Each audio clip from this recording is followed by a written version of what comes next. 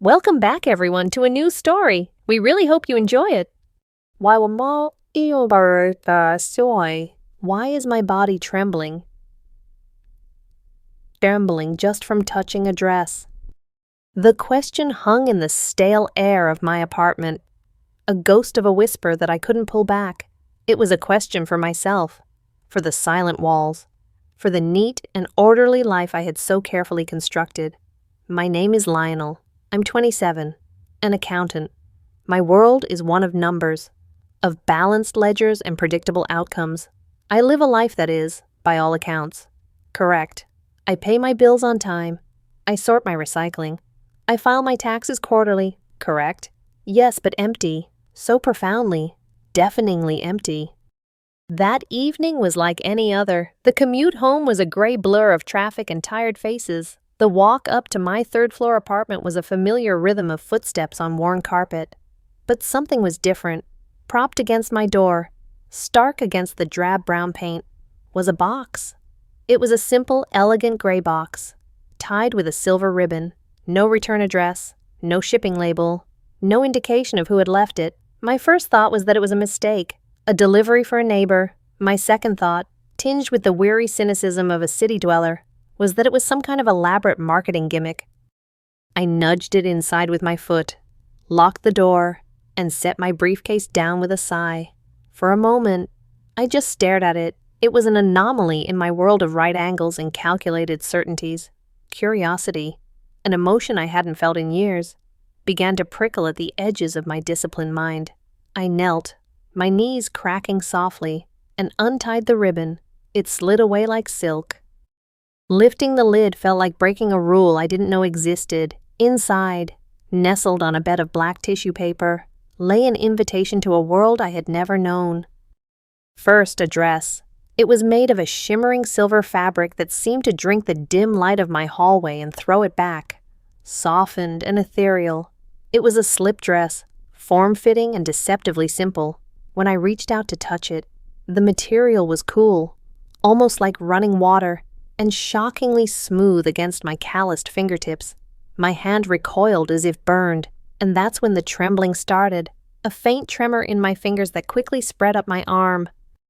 Beneath the dress was a pair of black stockings, sheer and delicate. I lifted them and they felt like smoke, weightless and impossibly soft. Next, a pair of high heels, their 9-centimeter stilettos looking as slender and dangerous as daggers.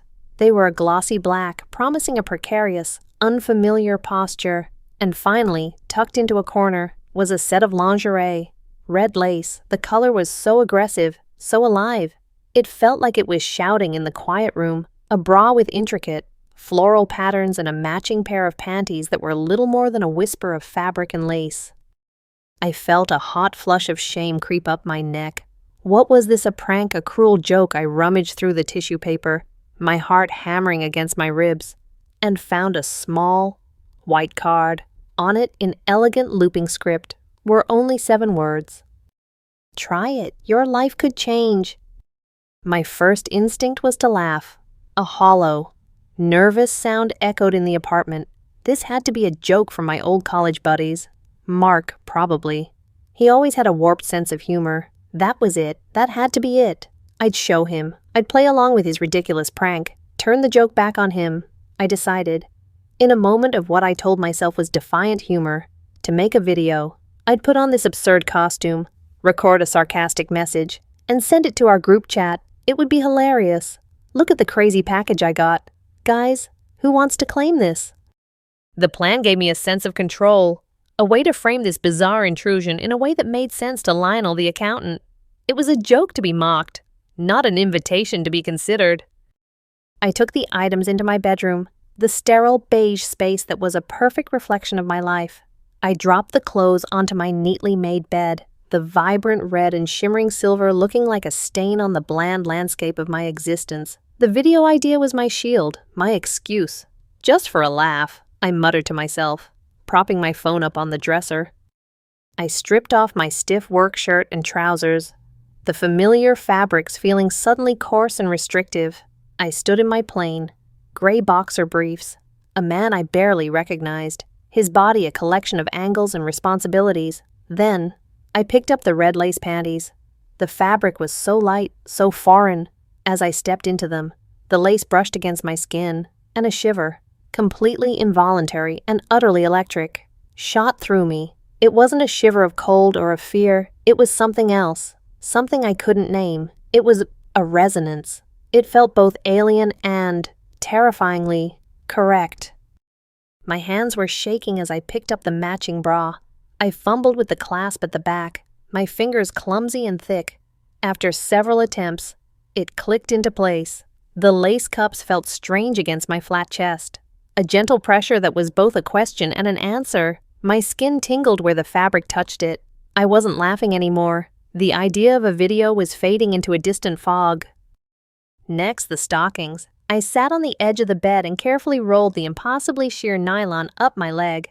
The sensation was incredible, a smooth, uniform pressure that seemed to erase every flaw, every scar, every stray hair, replacing it with a sleek, smoky perfection. It was like pulling on a new skin when both were on.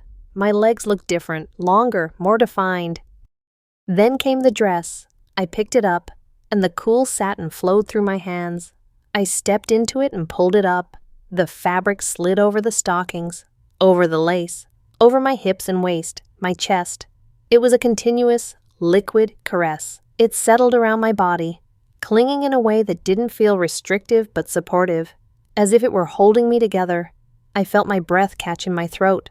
The cold satin felt alive against my skin, sending another wave of those confusing, resonant shivers through my entire body.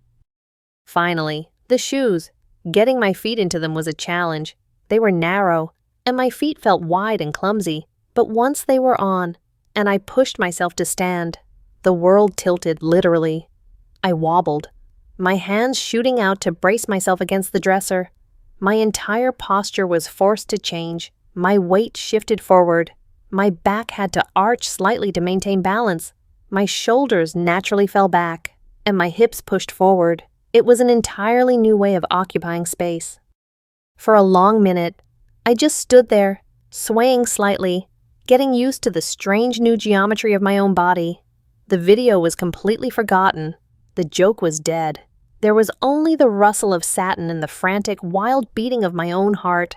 I took a deep, shuddering breath and forced myself to look up, to face the mirror. And I saw me, but not me. The person in the reflection was a stranger. The silver dress hugged a frame that was leaner, more graceful than I ever thought possible. The fabric seemed to soften the hard lines of my body, creating the illusion of curves where none existed. The dark stockings made my legs look sleek and elegant, ending in the sharp, definitive point of the heels. The flash of red lace visible at the neckline was a secret promise of something hidden and vibrant. The silver of the dress made my pale skin seem luminous, softer.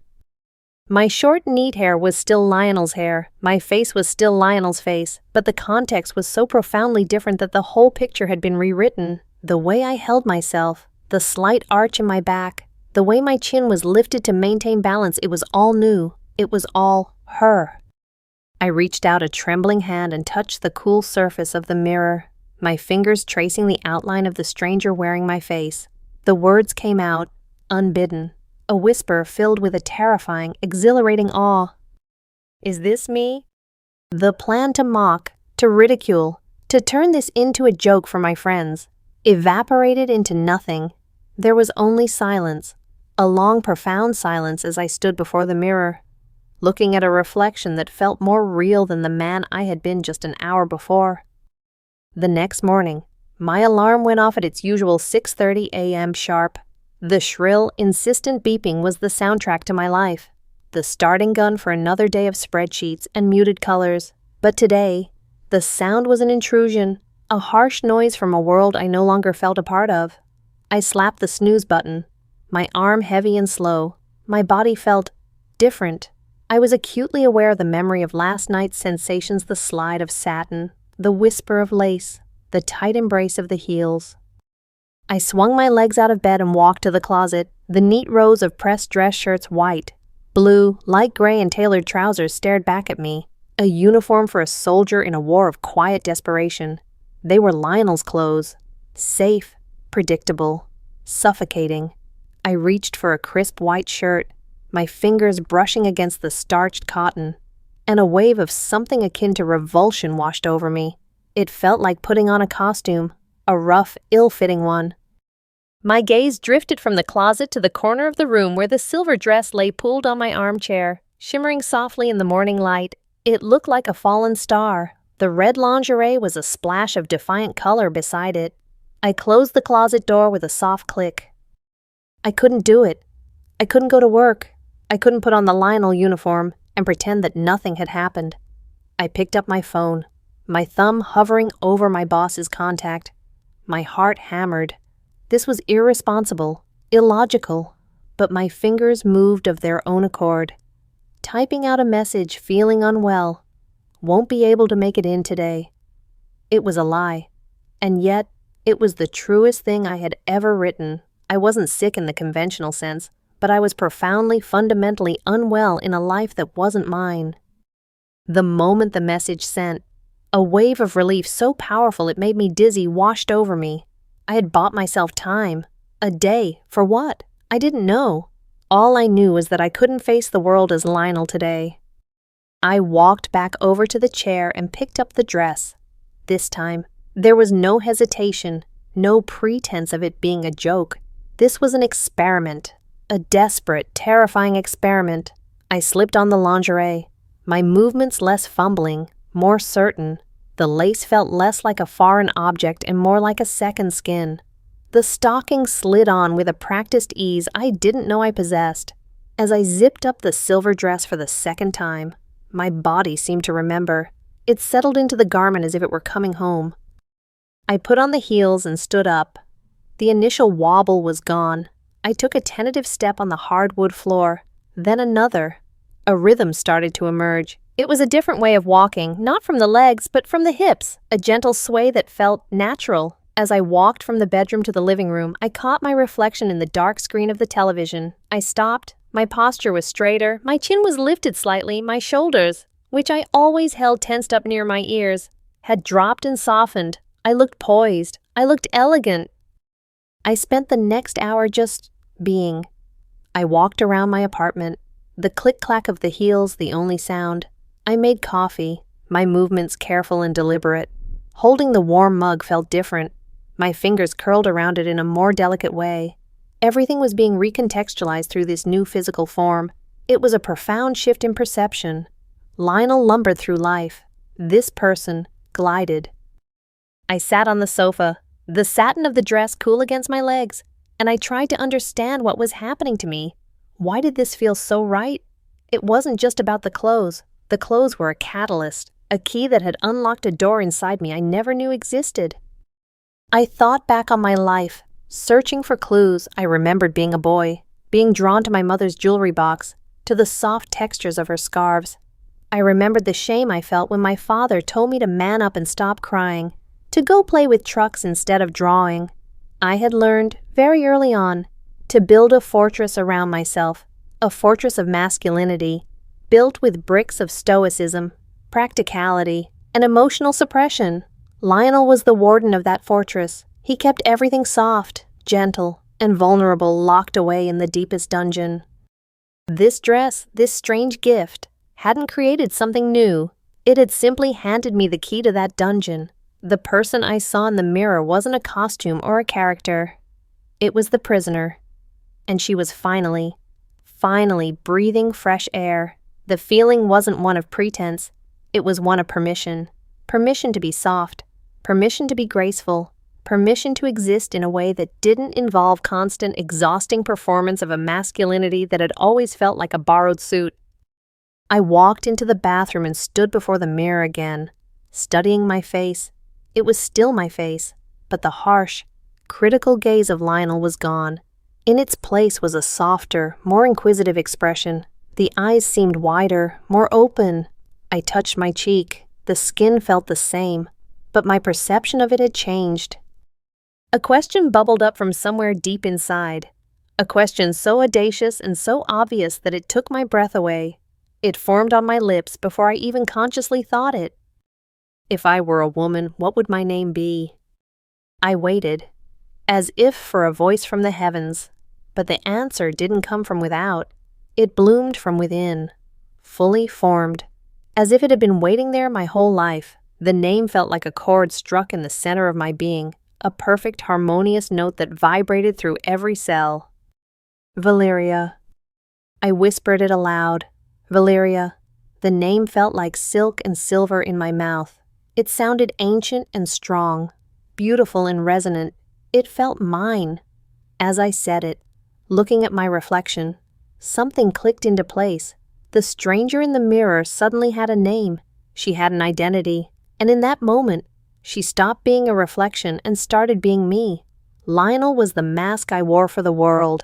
Valeria was the face underneath. The terror of that realization was immense, but it was overshadowed by a feeling so pure and powerful, I almost wept the feeling of coming home to myself.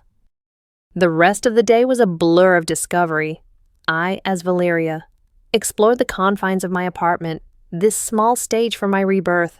But by evening, the walls began to feel less like a sanctuary and more like a cage. A new terrifying thought began to take root. I needed to go outside. I needed to see if Valeria could exist in the world, not just in the privacy of these rooms. The idea was paralyzing. What if people stared? What if they laughed? What if someone said something cruel? Every possible negative outcome played out in my mind. A slideshow of humiliation. Lionel, the cautious accountant, screamed that this was a risk with no potential reward. But Valeria, a voice that was growing stronger with every passing hour, whispered back, "How will you know unless you try?" I decided to start small. A walk to the corner coffee shop, a few blocks away. It was evening. The crowds would be thinner. I spent an hour preparing, a ritual that was both terrifying and exhilarating. I found an old, barely used makeup bag that my sister had left behind years ago after a visit. Inside was a collection of dusty relics, a tube of mascara, an eyelash curler, and a stick of pale pink lipstick. My hands trembled as I attempted to apply the makeup. The mascara wand was a clumsy instrument, and I poked myself in the eye twice, tears streaking down my face. But when I finally managed a tentative coat, my eyes looked different, deeper, more defined. The lashes, now dark and curled, framed them in a way that made them seem more expressive. I twisted the lipstick, the pale pink cylinder looking impossibly feminine. I carefully traced the outline of my lips, the waxy texture strange and foreign. I pressed them together, and when I looked back in the mirror, the touch of color had softened my entire face, making my mouth look fuller, more gentle. It was a subtle change, but a profound one. My hair was the biggest problem. It was short, Lionel's sensible haircut. I did my best to style it, pushing it back from my face to create a softer hairline. It wasn't perfect, but it was the best I could do. Each small act of transformation sent a jolt through my nervous system. When I swiped the lipstick across my lips, they tingled, a warm, buzzing sensation. When I curled my eyelashes, I was intensely aware of every tiny hair. When I slid on the stockings again, the nylon gliding up my shins and thighs, my skin broke out in goosebumps. And when the heels finally clicked against the tile floor, a current ran up my spine, subtly realigning my posture into Valeria's natural grace. This wasn't just putting on a costume, it was a physical and neurological recalibration. I grabbed a small clutch purse I'd found in the back of my closet, another remnant of my sister's visit, and put my keys and wallet inside. Standing at the front door, my hand hovered over the doorknob. My heart was a wild drum against my ribs. This was it, the final barrier between the private world of my apartment and the harsh judgment of reality. I took one last shuddering breath, closed my eyes, and opened the door.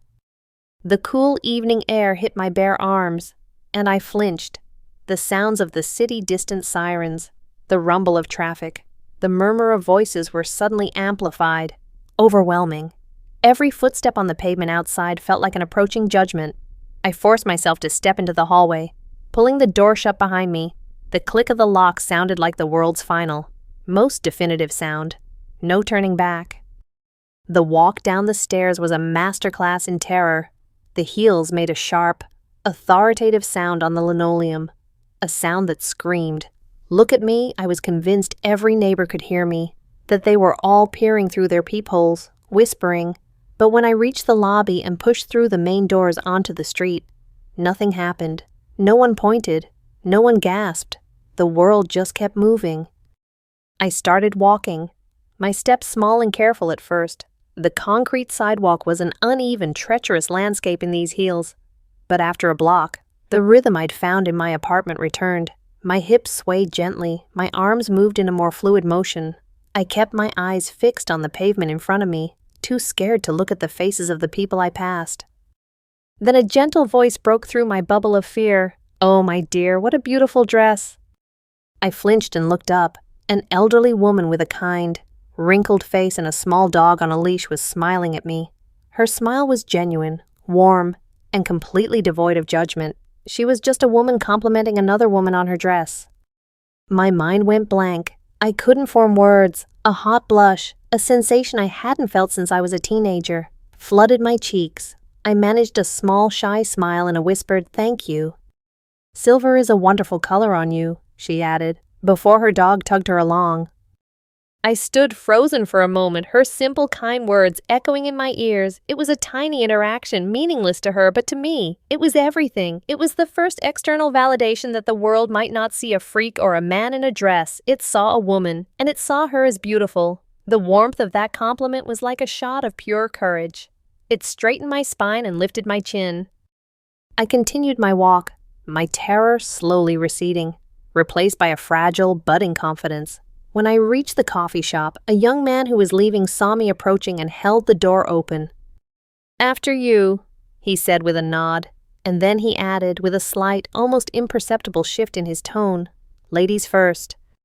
Again, that warmth, that simple, courteous acknowledgement of my perceived gender, I was so flustered I almost tripped, but I managed another quiet, "Thank you." As I slipped past him, the casual gallantry was something Lionel had never experienced. He was either invisible or just another guy. Valeria, however, was seen. She was treated with a gentle deference that was both startling and incredibly, deeply affirming. I didn't buy anything. The mission was accomplished. I turned around and walked back home, my head held a little higher, the click of my heels on the pavement now sounding less like a cry for attention and more like a statement of fact. Back in the safety of my apartment, I leaned against the closed door, my legs shaking with adrenaline and relief. I had done it. Valeria had walked in the world, and the world had, for the most part, accepted her. That night, I didn't take off the dress. I couldn't. I fell asleep on the sofa, still wearing the silver gown. The heels kicked off onto the floor. When I woke up the next morning, curled up in a sea of satin, I knew this wasn't a phase. It wasn't a game. My first trip to a clothing store as Valeria happened a week later. It was a step up in difficulty, a far more intimate and prolonged public exposure. I chose a large, busy department store, hoping to get lost in the anonymity of the crowd. Walking into the women's section was like entering another country. The sheer volume of colors, textures, and styles was overwhelming. For years, Lionel's shopping trips had been exercises in efficiency. Gray suit, blue shirt, black shoes, in and out in 15 minutes. But Valeria wanted to explore. I ran my hands over soft cashmere sweaters, sleek silk blouses, and rugged denim. I was a child in a candy store. A friendly sales associate, a woman with vibrant pink hair named Chloe, approached me. "Can I help you find anything?" she asked, her eyes bright and non-judgmental. "I'm just looking," I stammered, my old fear returning. "Well, if you want to try anything on, the fitting rooms are right over there. That color is fantastic on you. By the way," she said, gesturing to my silver dress before breezing off to help another customer. Her casual acceptance was the final piece of armor I needed. I started grabbing things from the racks, a flowy floral sundress, a pair of tight-fitting jeans, and a simple white crop top. A sophisticated, deep red business dress. In the privacy of the dressing room, I tried them all on. Each outfit was a different version of myself. The sundress made me feel light and carefree. The jeans and crop top felt young and daring, revealing a slice of my midriff that made me feel both vulnerable and bold. But it was the last one, a wrap dress the color of rich burgundy wine, that made me stop. As I tied the sash at my waist, the fabric draped perfectly, accentuating my newly discovered posture. It was elegant, professional, and undeniably feminine. I looked in the mirror and saw a woman I wanted to be, a confident, capable woman. I smiled, a real, genuine smile that reached my eyes. It was a smile I hadn't seen on my face in a very long time. I bought the dress. Walking home with the shopping bag swinging from my arm, I felt a sense of purpose I hadn't felt in my entire career as an accountant. I was building a new life. One garment, one interaction, one step at a time. That evening, I didn't go back to spreadsheets. I went to my computer, but instead of opening Excel, I opened a browser. My fingers, now more confident, typed the words I had been too afraid to even think before: hormone replacement therapy, transgender experiences, starting my transition. The videos and articles I found were a revelation. Story after story, from people all over the world, echoed my own feelings, the sense of being in the wrong body, the profound, inexplicable feeling of rightness when presenting as their true gender, the fear, the joy, the struggle, and the ultimate peace. I wasn't a freak. I wasn't alone. A clear line was being drawn in my mind. Lionel was the construct, the carefully built fortress designed to meet society's expectations. Valeria was the person who had been living inside that fortress all along, and she was finally ready to tear down the walls. The transition from a private exploration to a public declaration is like stepping off a cliff, hoping you'll learn to fly on the way down. For weeks, Valeria existed in my apartment and on furtive, heart-pounding trips to coffee shops and department stores. Lionel still went to work, his gray suits feeling more and more like a straitjacket, his polite smiles feeling like grotesque masks. The duality was tearing me apart. I couldn't live two lives. I had to choose, and in my heart, the choice was already made. The first wall I had to face was my family, my parents. They were good people, conventional and a little old-fashioned, but they loved me. The thought of telling them, of seeing the confusion and potential hurt in their eyes, was more terrifying than facing 1,000 strangers. I invited them over for dinner on a Saturday. I spent the entire day cooking, my hands moving on autopilot, my mind a frantic whirlwind. What would I say? How could I possibly make them understand something I was only just beginning to understand myself? I decided not to hide.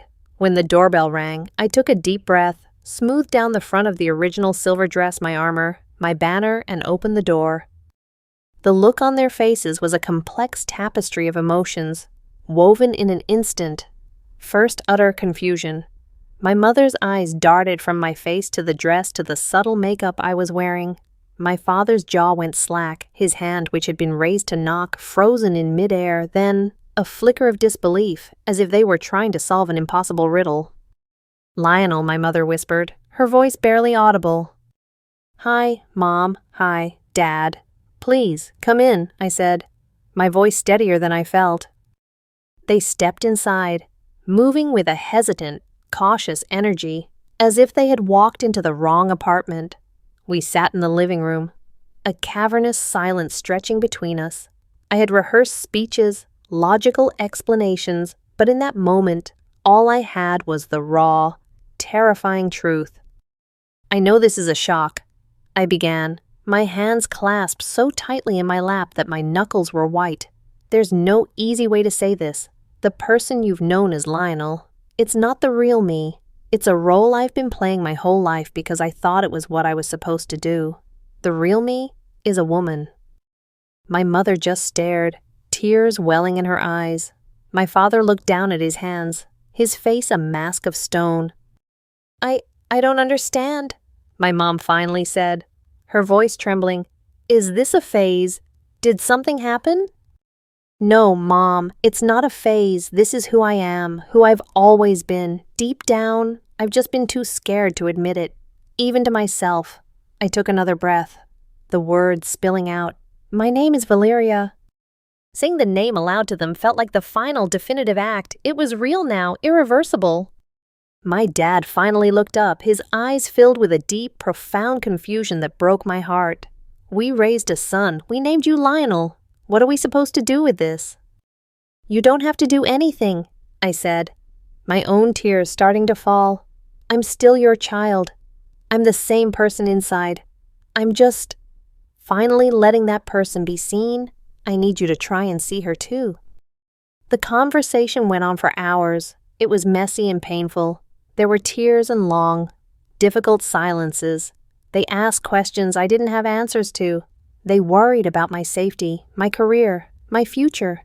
They mourned the son they thought they had. But through it all, there was no yelling, no disowning, no anger. Beneath the shock and the fear, there was still a foundation of love. As they were leaving, my mother pulled me into a hug, her embrace tight and fierce. "You'll always be my child," she whispered into my hair, "no matter what." My father stood by the door, his face still grim. He just nodded slowly. A single deliberate movement. "I need some time," he said, his voice thick with emotion, "but I'll try." It wasn't perfect acceptance, but it was a start. It was more than I had dared to hope for. I closed the door behind them and leaned against it, weeping with relief and exhaustion. I had survived the first highest hurdle. The next was my professional life. On Monday, Valeria went to work. I wore the burgundy wrap dress I'd bought, a pair of sensible low heels, and more confident makeup. I knew I couldn't just show up and expect business as usual. I had already scheduled a meeting with my manager and an HR representative. Walking through the office was like parting the Red Sea. Conversations stopped mid-sentence, heads popped up over cubicle walls, the air was thick with whispers and stares. It was the judgment I had feared on my first walk outside, but magnified 100 times. My confidence wavered, but I kept my head held high. The quiet click of my heels on the linoleum a defiant rhythm. The meeting was a sterile, corporate nightmare. My manager, a man I'd worked with for 5 years, couldn't meet my eyes. The HR representative, a woman named Susan, had a tight plastic smile plastered on her face. "So, Lionel," Susan began. "It's Valeria," I corrected her, my voice quiet but firm. "Right, Valeria," she said, stumbling over the name. She shuffled some papers on her desk. "We support diversity and inclusion here at AccuCorp. However, we are concerned that your new presentation might be disruptive to the workplace environment." "Disruptive how?" I asked. "I'm here to do my job, the same job I've done for the last 5 years. "Well," she continued, that fixed smile never wavering, "it's a matter of professionalism. Some of our clients might be uncomfortable. We have to consider the company's image. We believe it might be best if you took some time off, a paid leave of absence, of course, to adjust." I knew what it was. It wasn't about professionalism or clients. It was about their own discomfort, their fear. They wanted me to disappear. Lionel, the quiet accountant, was a predictable asset. Valeria, the transgender woman, was an unknown variable, a problem to be managed. I took the leave of absence. 2 weeks later, I received a call from Susan. She spoke in careful, legally vetted terms about corporate restructuring and departmental changes. The message was clear. They were offering me a generous severance package to go away quietly. The Lionel of a month ago would have been devastated. He would have felt the crushing weight of failure, the shame of being cast out. He might have even accepted their unspoken terms, "Go back in the closet, and you can keep your job." But Lionel was no longer in charge. Valeria listened to the offer, a strange sense of calm settling over her. She had faced her family. She had walked through a sea of staring colleagues. She had survived. This job, this sterile office, this life of being a predictable cog in a machine, it was the last remnant of a life that had never truly been hers. They weren't firing Valeria. They were firing the ghost of Lionel. "I understand," I said into the phone, my voice clear and steady. "I accept your offer." I hung up, not with a sense of loss, but with a profound sense of liberation. They had intended to put me in a cage, but all they had done was hand me the key. I was free, free from the gray suits, free from the spreadsheets, and free from the suffocating expectations of a world that didn't know me. I looked around my apartment, at the growing collection of dresses and blouses in my closet. My old life was over. My real life was just beginning. The severance package was both an ending and a beginning. It bought me time, a precious, untethered stretch of months to dedicate myself entirely to becoming Valeria, not just in dress and name, but in every fiber of my being. The first few weeks were a strange, formless kind of freedom. There was no 6:30 a.m. alarm, no commute, no forced smiles for colleagues. There was just me, the silence of my apartment, and the monumental task ahead. My first official step was a clinical one. I found a gender therapist, a kind, wise woman named Dr. Evans, in her cozy, sunlit office. I finally said everything out loud, not just to myself or to my shocked parents, but to a professional who nodded and understood. She gave me language for my feelings: gender dysphoria, euphoria, transition. These weren't just strange impulses, they were documented human experiences. With her guidance, I found an endocrinologist and started hormone replacement therapy, or HRT. The first dose was a small pale blue pill that I held in the palm of my hand. It looked so insignificant, yet taking it felt like the most momentous act of my life. There was no sudden, magical change. The transformation brought by the hormones was a slow, creeping dawn rather than a bolt of lightning. Weeks turned into months. The first thing I noticed was emotional. The dull gray filter through which Lionel had viewed the world began to dissolve. Colors seemed brighter. Music felt deeper. I found myself crying during sad movies, something I hadn't done since I was a small child. The emotional walls I had spent a lifetime building were crumbling, brick by brick. It was terrifying and beautiful. Then came the physical changes. My skin, once rough and prone to razor burn, began to soften, becoming smoother to the touch. The sharp angles of my face seemed to gently round out, and one morning, I woke up with a dull ache in my chest. When I pressed gently, I felt small, tender buds forming beneath the surface. My breasts were beginning to grow. I stared at my reflection in the mirror, tears streaming down my face, a profound, overwhelming joy washing over me. My body was finally starting to align with my soul. My waist began to narrow slightly, and the way my body stored fat began to shift, creating a subtle, more feminine silhouette. Each change, no matter how small, felt like a victory. It was a slow, painstaking reclamation of myself. The severance money allowed me to fully invest in this rebirth. I started voice therapy, working with a coach to raise my pitch and soften my cadence. I spent hours practicing, reading books aloud, feeling the strange new vibrations in my throat. I watched videos of women talking, studying the way they gestured, the way they moved, the way they tilted their heads. Not to mimic them, but to find a feminine expression that felt authentic to me. I practiced my walk, not just in heels, but in flats, learning to move from my hips, to let my arms swing with a natural grace instead of a rigid, masculine march. But a life cannot be lived entirely inside an apartment. As my confidence grew, so did my need to rejoin the world, not as an accountant in a suit, but as myself. I needed a job, but the thought of returning to a sterile corporate environment was impossible. One afternoon, I was wandering through a quaint older part of the city when I stumbled upon a small vintage clothing store. Its windows were filled with beautiful dresses from bygone eras. The sign above the door read, "Second Chances." It felt like a message from the universe. Taking a deep breath, I pushed the door open. A small bell chimed. The shop was a wonderland of textures and colors: velvet, silk, lace, and tweed. Behind the counter was a woman who looked to be in her late 60s, with a shock of vibrant white hair cut into a chic bob and bright, intelligent eyes behind stylish glasses. "Hello there," she said, her voice warm and welcoming. "Let me know if you need any help." I spent an hour browsing, my fingers tracing the delicate embroidery on a 1950s dress, the soft wool of a 1940s coat.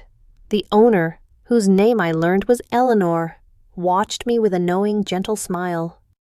"You have a good eye," she finally said, approaching me. "You're not just looking at the clothes, you're feeling their stories."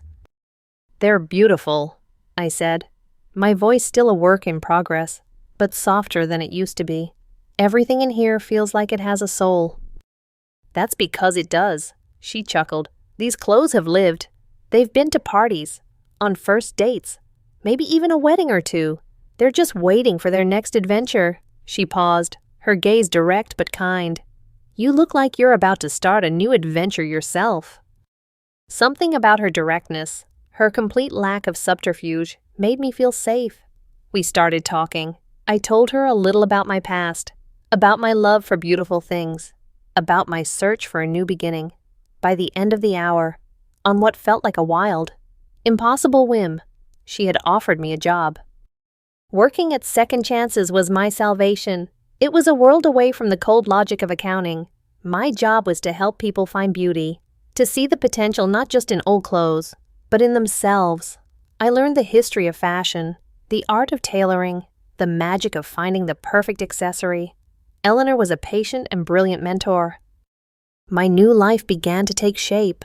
My days were filled with the scent of old fabric and cedar, the soft music Eleanor always had playing, and the quiet satisfaction of helping others. I helped a shy teenager find the perfect prom dress, one that made her stand up a little straighter. I helped a grieving widow find a hat for her husband's funeral that made her feel elegant and strong.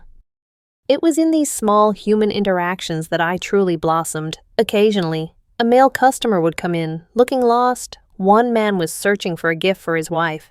I helped him pick out a beautiful silk scarf, showing him how to drape it.